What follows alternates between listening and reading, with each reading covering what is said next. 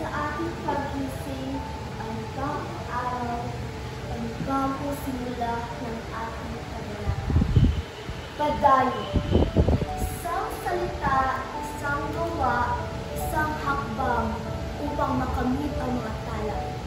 Sa bawat hakbang, may saya't kasakit, may mga tagumpay, may mga balakid. Ngunit kahit anong hirap ng daan, tuloy ang kwento, tuloy ang lakad. Sa bawat simula ng padayon, may patutunguhang wakas.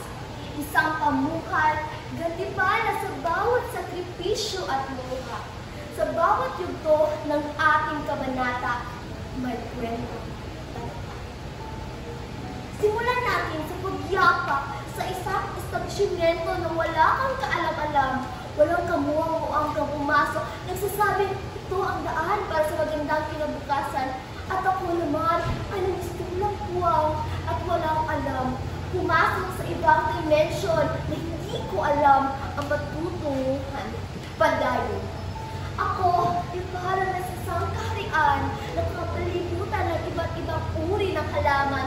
May matatayog na haligi at sa aking harap may nakatayo at nagsasalitang isturang pinintay mo alam ang lahat.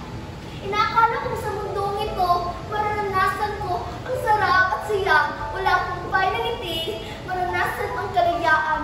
Ngunit sa inakala kong mundo na maranasan ang pagiging malaya, ako'y nanistulang, alalay at kasambahay. Padayon. Marami akong nakilala, may mga taong nagsisibing gabay. Sila ang iyong kaagapan, sila ang magiging sandata sa anumang laban ng buhay. Sila ang magsisibing payong habang lumalakas ang ulan. Sila ang kandila na magiging ilaw sa iyong paroroonan.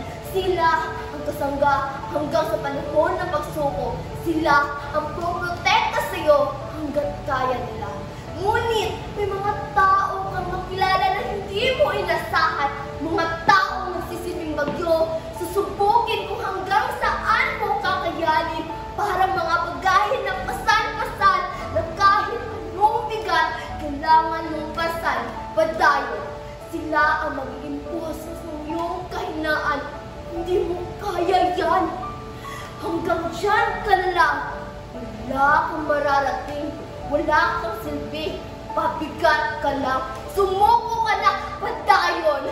Sila ang naglinis pulang anino, lagi sumusunod sa bawat plano mo, pumapalakpak sa bawat plakpak, humihiyaw sa lahat ng maling desisyon, tumatalon sa galak kapag nakikita kang bumabaon. Padayon. Sila ang naglistulang puso, nakakamangha, nakakaaliwan tingnan.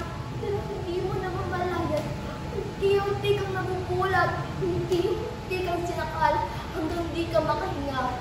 Dahil sa kanila, didilim ang iyong paningin, na kahit mumunting ilaw sa kandila ay mapupundi, tinitiis. Tama na. Nilalabanan. Kaya ko pa ba? Sinusubukan tumayo. Pero hanggang kailan ko maranasan ang impyerno na buhay na ito? Padayon.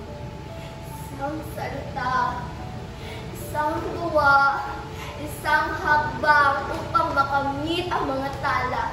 Kung inaakala niyong matadala ako ng masasakit na salita, susuko ako sa mga pangarap na ako ang nagsimula at manghihina ako sa inyong inaakala. Yes, nagkakamali ka. Matagal na akong bingis sa boses ng kahinaan. Maliwanag ang aking paningin upang malaman kung saan ang aking paroroonan. Sanay na ako sa aninong maligid na lagi mang sumusunod, hindi ako nabigyan. Natuto akong lumaban ng mag-isa. Natuto akong magpahinga kapag napapagod. At natutong tumayo sa tuwing nadadapa. Kaya ngayon pa ba, susuko ako sa sinulan kong kabanata? Hindi.